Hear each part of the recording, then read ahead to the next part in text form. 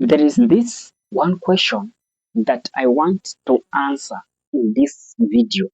I don't know if you are a victim of the question or there is a guy whom we normally work together, but the problem is immediately he got paid. Let me say today the money has reflected on his bank account. Tomorrow the guy will report to work empty, and the guy will be even borrowing some loans to cope up with the rest of some days for him to finish that month. And it might be you are one of them. Let us know in comment section. How long ni muda upi ambao unamaliza with your paycheck? And I'm talking to the people that get 20,000 and below. In case this is your first time coming across us, before we dive in and giving you some view on how to avoid this, kindly please click that subscribe button, then allow the notification buttons to be on. Whenever we shall be producing a video like this one pertaining finance, YouTube will automatically be giving you a notification. This is a very simple situation to handle. Some will normally get paid and our money reflect in a form of figures. Let me say that the money will be on your bank account. Today we have a trick that people normally check their amount or rather their paycheck on a bank account, not on a bank account but through their phone. So immediately he checks the amount on bank account using his or her phone, then the amount will reflect there. And when that amount reflects there, the person will spend it haphazardly. And how will he spend it haphazardly? He will start to send to people, let me say his parents, or rather anybody who had a debt with him or her. So immediately he sends this money, he is sending direct from the phone. And that is tricky. When you really suffer from such syndrome, what you need to do immediately you get your pay, do this. Withdraw all the amount that reflected on your bank account, whichever the amount, be it 20,000 itself, be it 16,000, 17, kurudi chini, so that ukishapata that amount utaketi chini.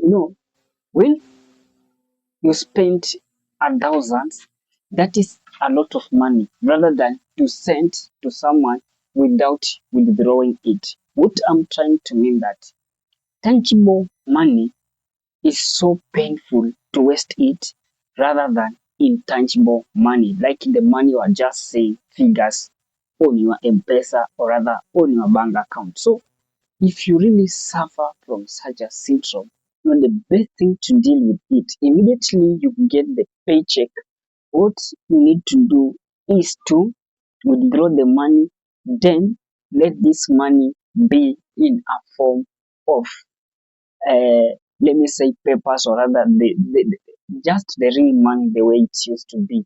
It might be what I'm trying to, let me see, have I have something in my pocket. Take it to be in this form so that when it is in this form and assume there are 20, when you get one, you will do what? You will feel that my money is being spent. So what you need to do after you have withdrawn this amount, now you have it, be it the amount I'm talking below 20 zenye umepata, then use this rule. I think I explained in my other previous videos, but allow me also just to be the second point in this guideline. So what you need to do, use 20, it's normally called 30-20 rule. In that, you will take the 50% of the amount to go to want, 30% of the amount to go to need, and 50% or rather 20% of amount iende kufanya vitu zingine, so that you realize that when it is like 16. So you take 8 to separate 50% of it from the rest of your amount. Then what you will do, you would say, let me pay rent in 8, do shopping in 8. Another thing that you can do in 8, you can buy what you ought to buy, or something that you wish to promise yourself that immediately I get the paycheck, then I will buy it. So do as much as you can to ensure that you have already bought that something that you promised yourself. And again now, the remaining 50%, there is where the tricky is. Now, we have some people that has luxurious things they want to do. So in that is where now you will divide. Hmm? If you were to send some amount to your parents, use the 50% that is remaining. If you were to your fare to work, use that 50% that is remaining. And also saving, use that 50% that is remaining. You will realize that almost a half of your salary you have already catered for essential things that you need in your house. Now, the remaining 50, you will use now 20 and 30 and 20% of it. And when you take 20, 30 and 20% of it, I think it will be better in that you will say that, okay, I'm remaining with 8.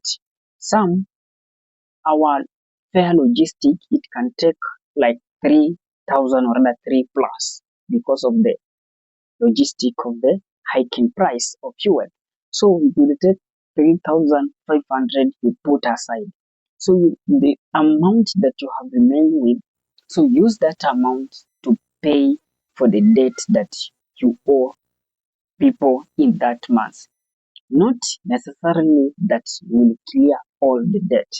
So if you remain like, I will pay a debt of 2,000, or rather I owe somebody somewhere a debt of 1,000, you ought not to pay the whole amount to the debt.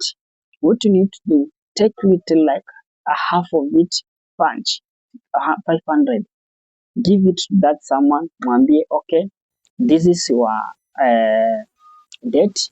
I will again do something at the end of the month, meaning that you have reduced it, and the person at least he will not take you that to be mtu mwenye anatoroka na pesa.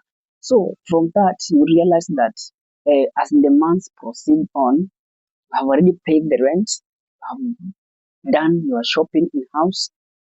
Anybody whom you wish to send, you may send. Even though emergency you save like 1,000, even 500, that's enough for emergency. And you'll find that you are not in that hole that when amount arrives on, and when immediately the money reflect, then is the day that the money ends. You will have already dealt with that issue, and you will be good to go. Have you ever experienced such a situation in life?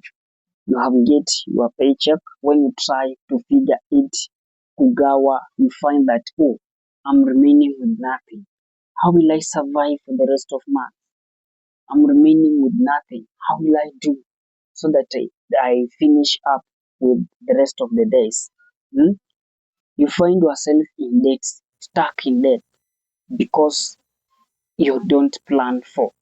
The best thing that I've talked about it was about use 50-30 rule. Now we have something that called impulse buying. No, it comes in that when someone's behave, we have two behaviors of somebody. Kabisa tuko na behavior mbili. When someone has money, behave differently, and when the someone lacks money, will behave differently. So, which situation will you behave? Assume that now you don't have any money. The money is there, but you assume that you don't have any money. Sometimes you normally say money speaks, but don't allow it to speak in your pocket. If zime kabisa, so that they are there but you don't know somebody ajui kama umelipwa. But when someone get paid, unaona hello, sijui you want to call who, sijui you want for those who are not married, sijui anapigia girlfriend mgani this plan, so that if you trace where your amount has gone, you can really account for it. You say, okay, this amount I did this and this amount I did this. Though at times I find myself to be a victim of it. But why not? When you miss this month, try as much as you can that you will not miss next month. Yani makosa ni mara moja, si kurudia makosa. So when you miss this month, realize that hey, I've been in that situation. So try as much as you can in the next paycheck, at least you remain with the amount yenye itakufikisha the previous yenye itakufikisha the next paycheck. We live in a situation where even buying a cloth is a problem. You get amount, but immediately you remove like 1,000 to buy a cloth. That is the end of your shopping. That is the end of your budget. You start to ask yourself, how will I manage this peasant salary that I get? The only way that we shall be talking about the financial tips. How will you manage with? How will you do? I'm getting this. Which place will I live? What I will be talking about is be contented with what you have, then be happy and know that this is mine. Not like me, I cannot go to some place to live there where my salary cannot accrue. Lazima we live within my means. Bye bye, I'm coming back with more.